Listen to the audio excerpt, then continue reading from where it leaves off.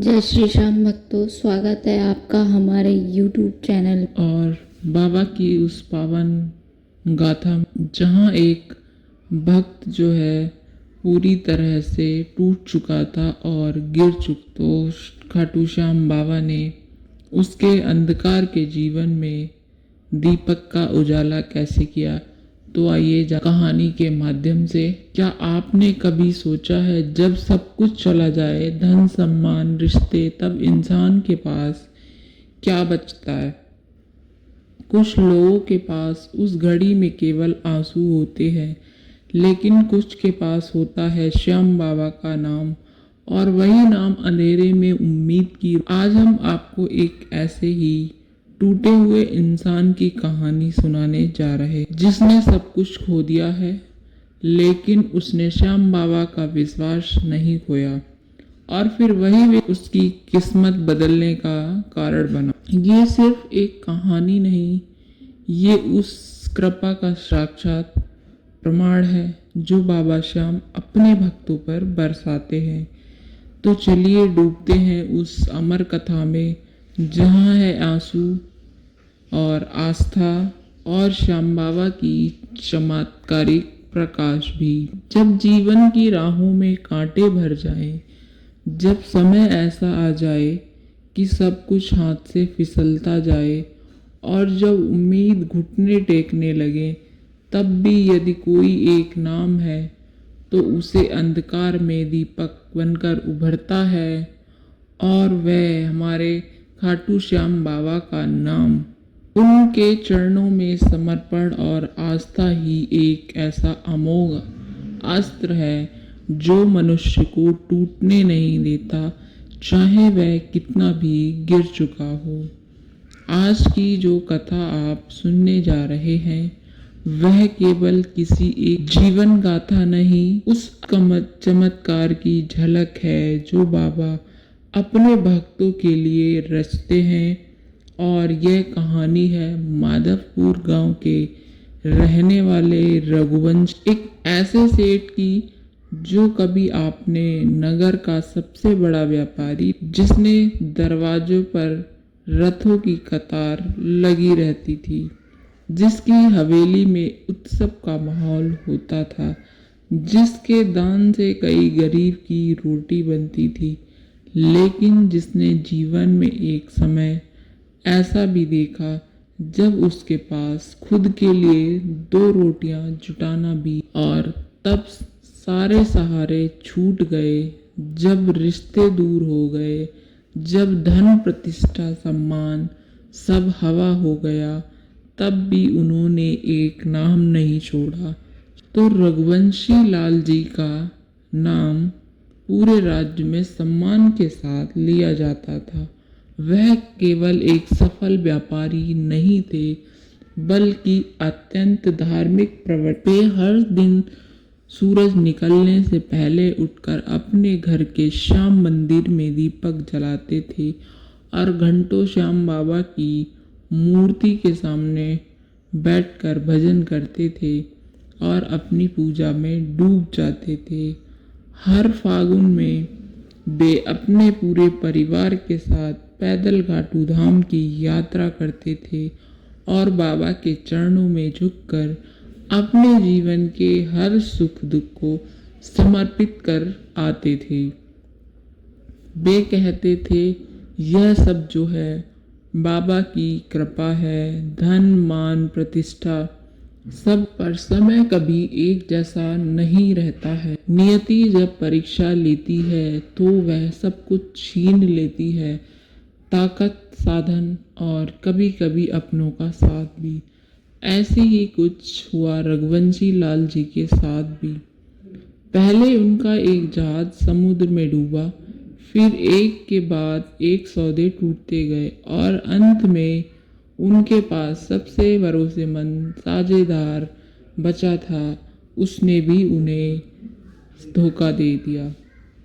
देखते ही देखते लाखों करोड़ों का साम्राज्य रेत की तरह फिसल गया।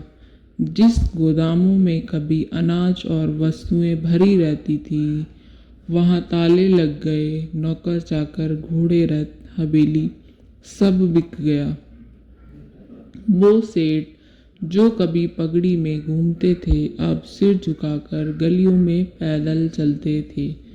उनकी पत्नी जनकी देवी जो कभी गांव की प्रतिष्ठित महिला मानी जाती थी अब अपने बच्चों के साथ भूखे पेट सो जाती थी और उनके शुभ चिंतक चुप हो गए। पर इन सब के बावजूद एक चीज कभी नहीं बदली, वह थी बाबा श्याम पर उनका अडिग विश्वास।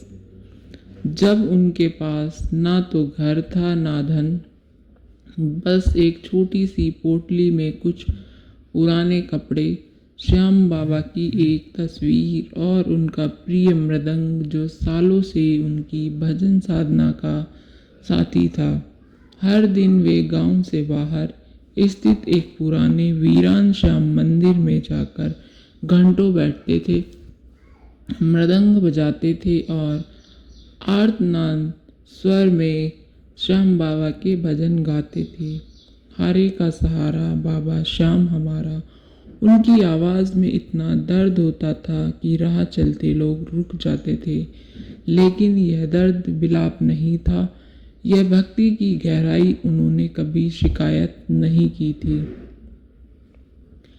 ऐसे ही दिन और हफ्ते महीने बीतते गए, लेकिन उनके शरीर की हड्डियां दिखने लगी थी, लेकिन आत्मा पहले से ज़्यादा निखर गई थी। वह भक्ति में विलीन हो चुके थे।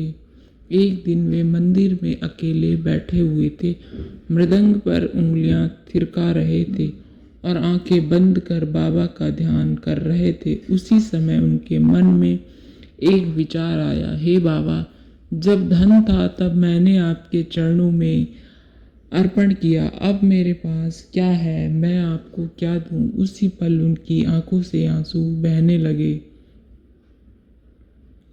लेकिन अगले ही क्षण उन्होंने अपने फटे मृदंग को कसकर पकड़ा और पूरी शक्ति के साथ गाना शुरू किया। उनके स्वर आकाश को भेदते जा रहे थे। उसी समय एक रथ उस मंदिर के पास से गुजरा और वह रथ किसी का नहीं बल्कि राज्य के सबसे बड़े व्यापारी हरि नारायण मेहता का था। वे किसी व्यापारिक यात्रा पर जा रहे थे। तभी उनके कानों में वह मधुर भजन पड़ा। उनका दिल कांप उठा और रथ रोकने का आदेश दिया और मंदिर की ओर चलने को कहा। मंदिर के भीतर उन्होंने जो दृश्य देखा वह उन्हें भीतर से झकझोर गया था। एक थका हुआ सा, फटा हुआ लेकिन तेजस्वी चेहरा, कमजोर शरीर और आंखों में एक अद्भुत शांति थी। और वो मृदंग जिसकी ताल जैसे सीधे दिल को छू रही थी। उन्होंने रघुवंशी लाल से पूछा। नारायण मेहता की आंखें नम हुई और उन्होंने कहा, आपको देखकर मुझे स्वयं बाबा श्याम के दर्शन हो रहे हैं। आपके जैसे विश्वासी को मैं अब खोना नहीं चाहता हूँ। आप मेरे साथ चलिए, मेरे व्यापार में मेरा हाथ पकड़िए और मेरा हाथ बटाइए। इतना कहकर उन्होंने उन्हें एक मोटी राशि भी दी ताकि वे अपने परिवार को फिर से संवार सके। रघुवंशी लाल जी की आंखें भर आई। यह कोई व्यापारी नहीं, श्याम बाबा स्वयं उनकी सहायता के लिए इस धरती लोक पर आए थे। इसके बाद उनका जीवन फिर से बदलने लगा। उन्होंने हरि नारायण जी के साथ मिलकर व्यापार संभाला। कुछ ही वर्षों में वे पहले से ही अधिक समृद्ध हो गए, लेकिन अब उनकी समृद्धि का आधार केवल व्यापारिक चतुराई नहीं बल्कि श्याम बाबा के प्रति समर्पण था।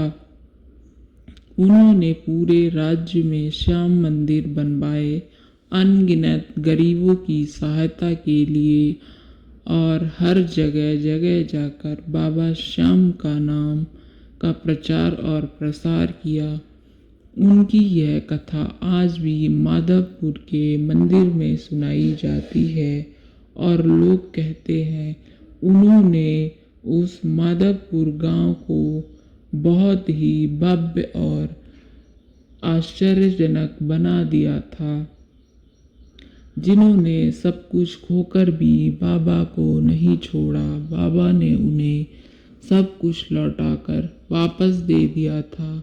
यह कहानी एक कहानी नहीं बल्कि श्याम बाबा के चमत्कार के जीवंत की गवाही है। कहा जाता है कि ये भगवान खाटू श्याम हारे का सहारा है। इन्हें हारे का सहारा इसलिए कहा जाता है जब कोई भी भक्त इनके दरबार में हार कर अपनी मनोकामना को लेकर जाता है तो भगवान स्वयं उनकी रक्षा के लिए किसी न किसी का रूप धारण करके इस पृथ्वी लोक पर आते हैं और अपने भक्तों की सहायता करते हैं, क्योंकि इन्हें भगवान कृष्ण से वरदान प्राप्त था कि अब से तुम सभी भक्तों की पुकार को सुनोगे और उनकी इच्छा को पूरा करोगे।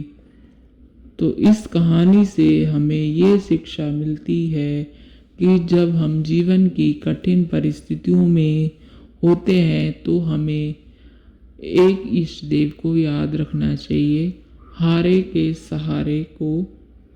तो साथियों, आपने उस भक्त की अमर गाथा को सुना जो टूटा बिखरा लेकिन भरोसा नहीं टूटा, जिसने दुनिया की बेरुखी देखी लेकिन श्याम बाबा से नाता नहीं तोड़ा।